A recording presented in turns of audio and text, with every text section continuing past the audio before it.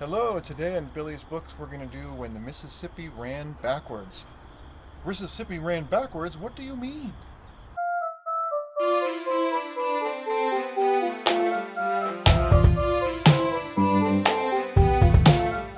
Welcome to Billy's Books. Today we're going to do When the Mississippi Ran Backwards. It's a historical event that everyone in the Midwest knows about, though I hadn't really heard about it on the East Coast. But that just goes to show you how ignorant I truly am. When the Mississippi ran backwards is from around the War of the 1812, 1811 specifically. Just before that, there's a lot of background and a lot of different politics going on associated with this book and how it all associates with When the Mississippi Ran Backwards, which is about a big honkin' earthquake on the Mississippi River. Tecumseh, a rather famous leader, he was trying to unite all the tribes in North America against the white encroachment that was slowly swallowing up all of their lands. He knew that they were fighting individual battles and always losing, so he said, "Why don't we all unite and call ourselves a nation like they do, and then maybe we'll stand a chance." So he was trying to do that. There were wherever he would go, some people would join and others would not, and the holdouts. He got really frustrated with one holdout, and at one point he said, "Okay, but I'm going to go up to Ohio, and I'm going to stomp so hard that the whole world will shake next year." He said something to that effect, which is crazy prophecy, but there you are. That's what he said. The year of 1811 was a year of floods, droughts, plague, solar eclipse, and a big honking comet. In case you thought there might be something weird happening, these were all indicators that something weird was going to happen, or so people thought. The earthquakes are known as the New Madrid earthquakes because that was the town of New Madrid, or city of New Madrid, was kind of where it all went down. But of course it spread out for 1,000 miles, that people felt it all the way up on the East Coast even, which is amazing. Nobody feels earthquakes that far away, true or false. So yeah, the whole event went from the December of 1811 to April of 1812. During that time, there were more than 2,000 quakes and tremors. Nine of them were more than 7 on what would be considered today's Richter scale. That's pretty high. So this was a big, serious event. At this time, of course, in the beginning of the 19th century, the Mississippi was the Wild West, rather than, Utah or California. The Mississippi River was the Wild West, and it was the edge of the United States as it stood at the point in time. There was a lot of land speculation. There was a land rush, as the Spanish, who at that time owned the west of the Mississippi, eventually to be known as Louisiana territory. But there were a lot of land speculators, and there was a huge land rush up to, and the Spanish who owned it were afraid that land rush was going to continue past the river, and they were spooked by that, and tried to do something about it. And that was part of the politics that went down to New Orleans. River travel was very, very basic back then. They just because the Mississippi River and the Ohio rivers, the two main players in this event, were they were really bad. There were just logs everywhere. There were rapids, terrible weather. You could get grounded anywhere. You could get attacked by Indians. There were pirates on the rivers, and just a whole bunch of damn fools. All of which made things much more dangerous. Damn fools can be very dangerous in any situation. Spain tried to court the Americans who were settling on the west coast of the Mississippi River. I think they were trying to encourage them to be Spanish citizens, or somehow maybe even there was one guy who was trying to convince the Spanish that he was actually going to convert Tennessee to a Spanish territory, but that was part of his swindling. We'll get to that in a bit.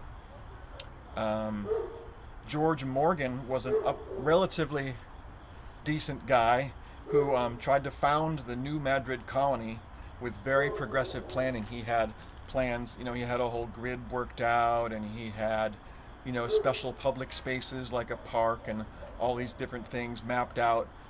Most of this was obliterated when people actually moved in and ignored all his plans. So when the earthquake hit, anyway, it was a big mess because it was as unplanned as the East Coast cities were. Meanwhile, so George Morgan was a good, reasonable guy trying to do something. Meanwhile, there was this other guy, James Wilkinson, who was kind of working in the same territory, trying to do the same sort of thing, but he was corrupt. He was he had been in the army for a while and sort of was a bit of a social climber by just being weaselly and stuff, and he lied. He tried to convince both the Americans and the Spanish that he was theirs and was working hard for them, kind of a double agent, but really just for himself. You could compare him to Trump. He lied and accused others of what he did himself. Along with Aaron Burr, this Wilkinson character almost tried to create another country to secede, take some of the states from America and the United States and secede and make his own country. But at the last minute, Wilkinson even had the wisdom to not do something as bad as try to secede from the American government, which of course is treason, right? He didn't want to do that. He just wanted to be a regular corrupt capitalist. He didn't want to be as treasonous as Aaron Burr. Whew, that's pretty bad. Just because Wilkinson bailed on creating a separate empire with Aaron Burr, he weaseled out of it and changed his mind and sort of turned on Burr and wrote to President Jefferson, saying, "Oh, I started that, but I changed my mind. Here's some details," and that got him acquitted because he actually outed them out. But his further, he wasn't just corrupt; he was also incompetent, and his incompetence led to more deaths through his various exploits. You can read all about that. I mentioned Tecumseh at the beginning as the guy that tried to unite all the tribes. He was charismatic, handsome, and righteous. And we have our first quote from page 62. Tecumseh spent a lot of time in negotiation with Harrison, who was really a scumbag, I think. He was really anti-Indian and just lied to their faces and everything like that. And Tecumseh called him on lying to his faces. And if a liar lies to you and you call a liar, they don't like it at all. After several days, frustrated by the sense that he was getting nowhere with Harrison, Tecumseh looked the governor in the eye and told him earnestly, "Brother, I wish you to listen to me well, as I think you do not clearly understand what I said to you before. I shall explain it again." He once again enumerated a lengthy list of atrocities committed by the whites against Native Americans, including the 1782 massacre of 96 peaceful Christian Delawares at the Moravian mission at Gnadnuhuten by U.S. soldiers. How, Tecumseh pressed Harrison, after this conduct, can you blame me for placing little confidence in the promises of our fathers, the Americans? How can we have confidence in the white people? When Jesus Christ came upon the earth, you killed and nailed him on a cross. So he really doesn't like Harrison, and Harrison really doesn't like him. However, he being so charismatic, handsome, and righteous, let's read page 65. Even his enemies regarded him with esteem. Harrison wrote, "The implicit obedience and respect with which the followers of Tecumseh pay to him is really astonishing, and more than any other circumstance bespeaks him one of those uncommon geniuses which spring up occasionally to produce revolutions and overturn the established order of things. If it were not for the vicinity of the United States, he would perhaps be the founder of an empire that would rival in glory that of Mexico or Peru." So, Harrison didn't like Tecumseh, but he respected him in a major way. Okay, back to rivers. The first working steamboat set sail in 1790, and it was built by John Fitch. However, it was not a practical endeavor, so he doesn't get a lot of credit. In October of 1811, the steamboat New Orleans sailed from Pittsburgh to Mississippi. The Mississippi River, I believe, is what we're talking about here. So that was a big deal. It went past the rapids and survived. There's a whole bunch of stories about how that went down and all the interesting soap opera stuff that happened on that boat. All worth reading. They passed the rapids the first time, And then when they got past it, they were really psyched about having passed the rapids. And then when they got past it, they were asked if they had heard rumbling. Um, they were like, I don't know, but I noticed the sun is very red, and the December is, and even though it's December, it's really warm. Then at 2:30 in the morning, they were woken by a loud, violent, terrifying, sulfurous and lightning-y quake. They thought hell had come on earth. Dawn brought darkness, more quakes. Why did dawn bring darkness? Well, because everything was so messed up, the weather and all the smoke from all the sulfurous burning. There was vertical bouncing, quote unquote. That was and when this earthquake hit, it hit bad, and people saw shit like this. It was very bad. Buildings, they would see buildings swallowed whole. The earth would open up, a building would crumble into it, and the earth would close again with everybody in it. This is what people witnessed. They were absolutely terrified.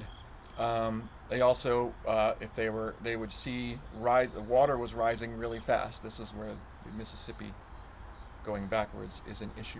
I'm going to go to page 140. So here's some stuff from the actual earthquake. Meanwhile, Captain George Rodell, another leader of the little prairie settlement, was standing in his yard near the river when the daylight aftershock hit. He looked on with unbelieving eyes as the bank caved in about 30 yards back from the water. As far up and down river as he could see, acres upon acres of land went plunging into the current. One of his cows came rushing toward him in terror. The ground in her path suddenly opened up, and unable to check her momentum, the poor beast went plummeting into the chasm. Ruddle turned back in time to see his flour mill destroyed and one corner of his house sinking down. Across the bayou, he observed what had been a swamp suddenly lift up and become dry land, while the side he stood on was rapidly falling and filling with water. The rest of Ruddle's family had fled from the house and were running toward the woods when all at once the earth's surface cracked, opening up a gaping gulf before them. Ruddle urgently stumbled to join them and had just caught up when another shock came on. The water was now up to their waists. With Ruddle in the lead, they began wading toward the ridge west of Little Prairie. As they slogged through the flood, Ruddle suddenly fell headlong into a fissure that was hidden by the muddy water. The others rushed to his aid and helped him crawl out. Several more times in the family's 8-mile trek to high ground, 8 miles, Ruddle fell into concealed crevices. All the while, ear-splitting explosions echoed around them, and the earth burst everywhere, throwing up mud, sand, water, and coal nearly 100 feet toward the sky. Aren't you glad you weren't there to see that? So the steamboat, which was in the midst of all this but on the river, was partially insulated from the quake. And they didn't hear as much because they were further north at this point. They just saw trees swaying even though there was no wind. And then it got worse. As they went downriver, they heard pleas from New Madrid and on the side, and they ignored them because there was no place to land. They had low capacity. There were some horses, I guess not on the boat, who refused to walk or even tiptoe. They moaned as the trees swayed weird. So these guys were walking through the forest, and the horses would just stop or tiptoe, and horses were moaning. So that's pretty weird. Oh, we have another quote, another page 165. So many things to read. How exciting. You're so lucky that I get to read to you so much. This is the famous Audubon. It now occurred to Audubon that he was in an earthquake. I had never witnessed anything of the kind before, he wrote, although, like every other person, I knew of earthquakes by description. But what is the description compared with the reality?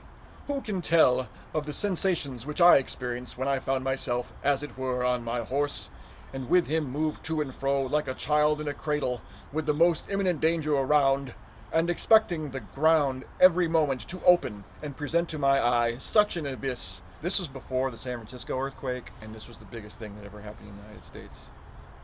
People didn't understand tectonic theory until the 1960s. So a century and a half later they understood what was happening, but not until then. Of course, the Indians thought the quakes were proof that the Great Spirit was angry about the white man taking their lands. So Tecumseh used that, as well as the fact that he had prophesied it with his big stomp in Ohio, which they felt in Ohio. They felt... I'm just going to stop there and say that Andrew Jackson does appear at the end. You know how he gets along with those Indians. He also, he made an appearance in New Orleans and things like that. And that is a preview to... so you could consider this book as a prequel to the Andrew Jackson book that I read in Billy's Book 57, if you so choose. Anyway, this has a lot of information about earthquakes, theoretical and otherwise.